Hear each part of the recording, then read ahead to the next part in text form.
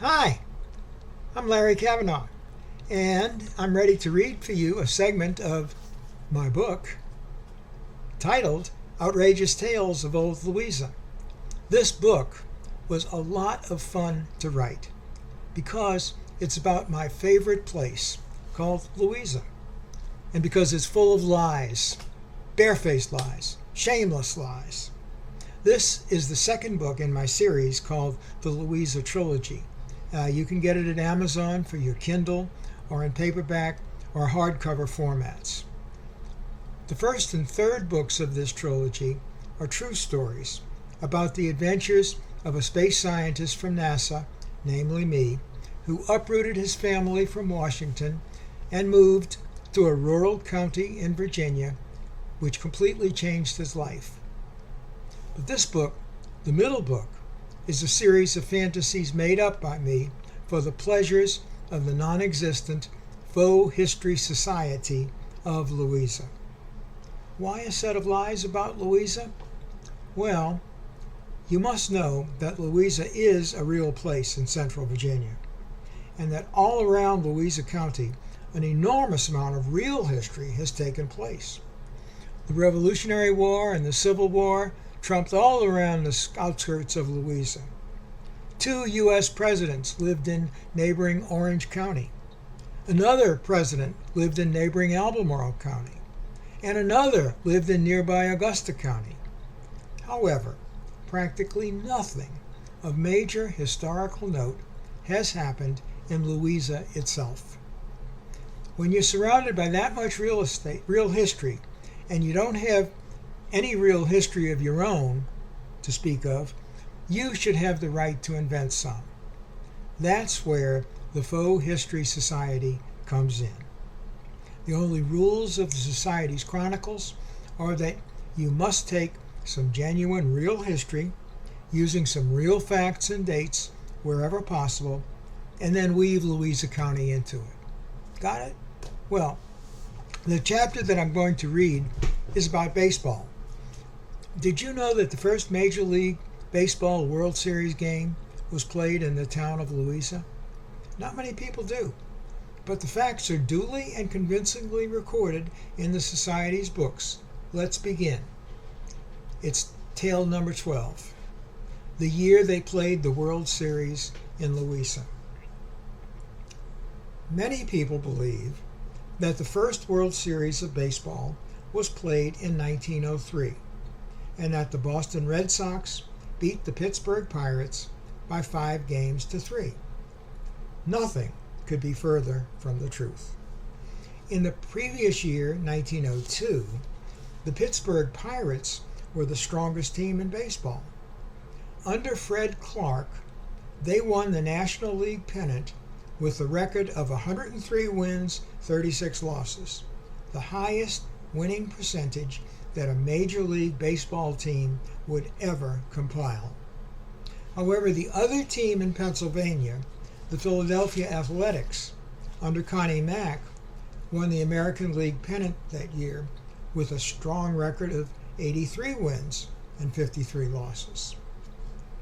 Feelings were strong that these two teams should play it off, even though the two leagues were not yet speaking to each other. Tempers flared between East and West Pennsylvania, fueled by a coal strike as well as by the baseball. Governor William Stone feared a riot. Anxious to preserve his state's image as a peaceful Quaker state, as well as help his fellow Republican Sam Pennypacker in the upcoming election, he issued a proclamation forbidding the two teams from playing anywhere in Pennsylvania. It was a bitter blow to sportsmen. The teams considered playing in another city, but Boston, New York, and Washington all made it clear that they would not buy tickets for a Pennsylvania championship. Well, the players were not satisfied.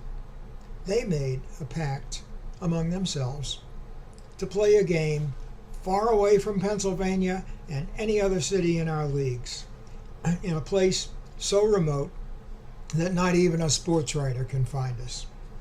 They discovered that there was a railroad line called the Louisa Railroad that offered cheap coach service to a little place in Virginia that nobody had ever heard of. They took it. Thus, in a dusty field behind the Louisa Courthouse, just north of Thomas's Tan Yard on the Yanceyville Road, the first true World Series, one game, winner take all, was played. Everybody in Louisa, except the sports writer for the Central Virginian, was welcome. There was no admission charge, but they passed the hat. Nobody had any money to put in the hat, but the hat was in fact returned by Powhatan Perkins after everybody in the crowd tried it on. The first two innings were for exhibition. In the first inning, the players used a solid steel bat made at a foundry in Pittsburgh. When a batter connected, it literally tore the cover off the ball. Fragments of shattered balls were later found as far away as Mineral City. However, since the bat weighed 150 pounds, it was too sluggish to use against the fastball. In the second inning, special clay bats made at Mr. Thomas's nearby brickyard were brought out. These delighted the crowd, which roared approval at the sight of a batter completely shattering his bat every time he connected with the ball. The term brickbat is thought to have been derived at this game.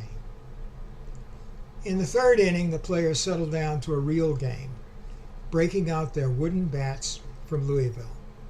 From then on, the game was intense and exciting and even went into extra innings.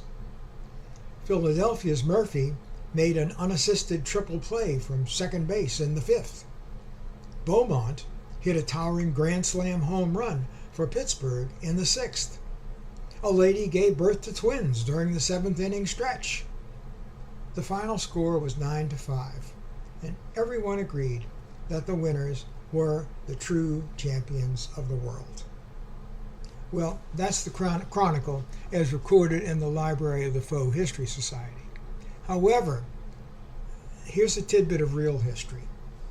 From the Baseball Almanac, the 1902 Pittsburgh Pirates had the best one-loss record in the National League, 103 wins, 36 losses, putting them a whopping 27 and a half games ahead of the second place Brooklyn Superbas and 29 games ahead of the Boston Bean Eaters. Players for Pittsburgh included Honus Wagner, Ginger Beaumont, and Tommy Leach. Their ace pitcher, Jack Chesbrough, had a phenomenal winning percentage of .824, 28 wins and only 6 losses. Their manager was Fred Clark. The Philadelphia Athletics were the best in the American League with their record of 83-53, beating out the St. Louis Browns by 5 games and the Boston Americans by 6.5 games. Players for Philadelphia included Tipsy Hartzell, Sox Siebold, Harry Davis, and Dave Fultz. Their best pitcher was Bill Bernhard. Regrettably, the legendary pitcher Cy Young did not play for Philadelphia. He was dazzling the crowds of the Boston Americans. Philadelphia's manager was the legendary Connie Mack. It really is a shame that these two teams didn't have a playoff in Pennsylvania, where they probably could have drawn a larger crowd than could be assembled in Louisa. But isn't it wonderful to know, with absolute certainty, that all that baseball talent showed up in Louisa one day in 1902? Well, there are 45 more faux history stories in this book. And once again, the book is available at Amazon in Kindle, paperback, and hardcover formats. Thanks for listening, and have a good day.